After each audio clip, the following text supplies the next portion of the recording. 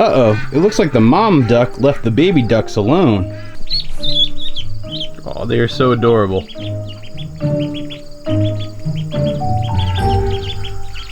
I've been trying to now break the ducks of being broody, and so yesterday I actually took out all of the eggs, and I'm finally resuming normal egg collection. Part of the way that I actually made the Khaki Campbells go broody was by leaving an abundance of eggs here in the duck house.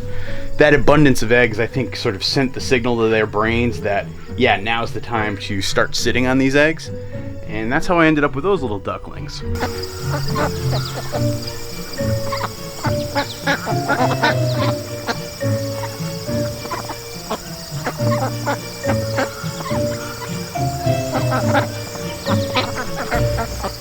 I feel like this scene right here is the exact reason why I wanted to hatch out my own ducklings. The fact that they're able to be out there with their mom versus cooped up in a little box with a heat lamp, I don't know, it's just so cool to see. I mean, those ducklings are like about a week old and they're out here on the pasture, walking around, poking at plants, poking at bugs. It just seems like a much healthier way to try to raise ducklings. But I do know I need to be a little bit careful. Having them out here in the wild like this means that they're much more susceptible to predators, including barn cats.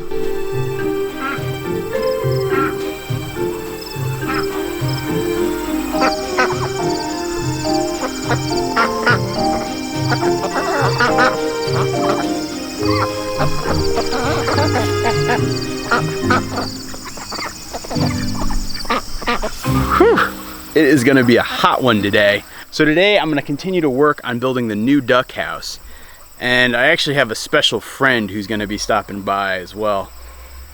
But man, I am feeling stressed. All right, I am too blessed to be stressed. Let's do it. This is like the time of year where it's very, very apparent that winter is coming, but at the same time, I've got so much left to do before the snow falls. I feel like I have to finish this duck house, I gotta take care of the garden, I gotta continue to clear out the barn and fix the barn, I got mowing to do, I got tree mulching to do. Because I know as soon as the snow hits, I'm not gonna be able to do 3/4 of it. And it's gonna be hard working out here. I mean, I don't know if you guys recall last year, but I could barely record a video outside without getting icicles on my eyebrows. And I feel like maybe denying myself a tractor might actually help do that a bit. I got so much I gotta do.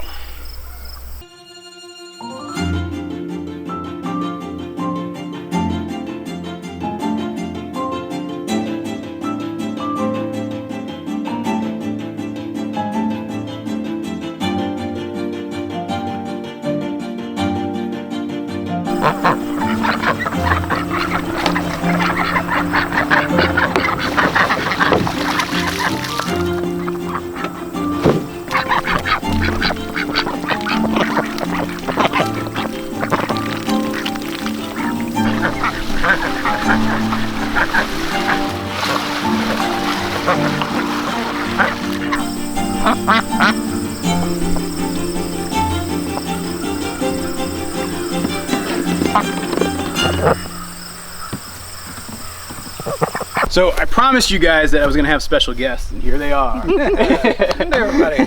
Welcome to Red Tool House Homestead.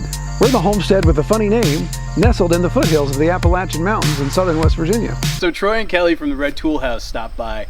They've been on this epic road trip of summer vacation, and so they were in the area, and so they decided to poke by and talk about the farm. So we're in West Virginia in the southern portion, and we're on 100 acres of land, but we always joke we have 100 acres and I still have a hard time turning my truck around with a trailer because it's very hilly, very mountainous land, don't have a lot of flat. I consider what you have here to be absolutely gorgeous and a lot of flat land compared to what we have. Yeah, open space. And now you guys have been on your property for like 20 years, right? Yeah, we bought the place in 2000. Actually moved back from Florida. We were originally from West Virginia, moved back from Florida and bought the place in 2000.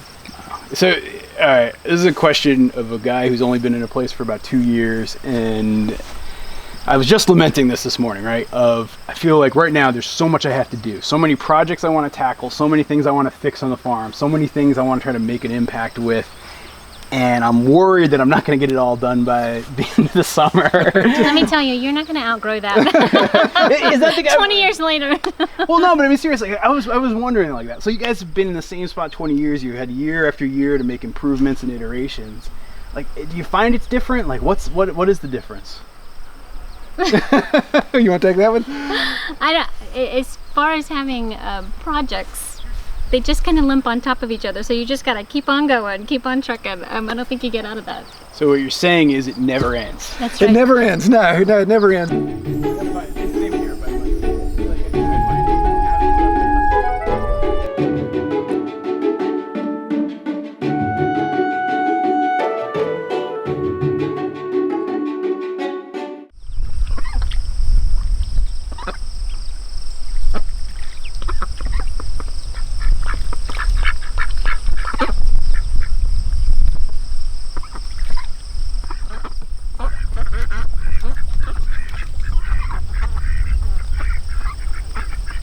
You know, when I asked Troy and Kelly that question of like, does it ever end?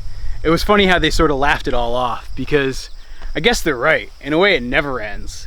And I guess as I really think about it, part of it is the joy of doing it.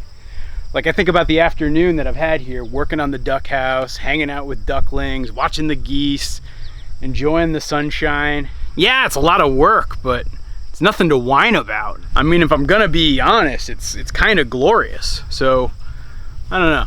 I guess I'm very appreciative of the fact that I have so much to do here on our farm, and feel very lucky. Thanks again to Troy and Kelly for stopping by. It was a lot of fun having them here and talking to them and taking them on a tour. If you guys want to see the video that we made for their channel, be sure to check this out here and check out Red Tool House. Or you can watch something else by us, and I will see you guys in that next video.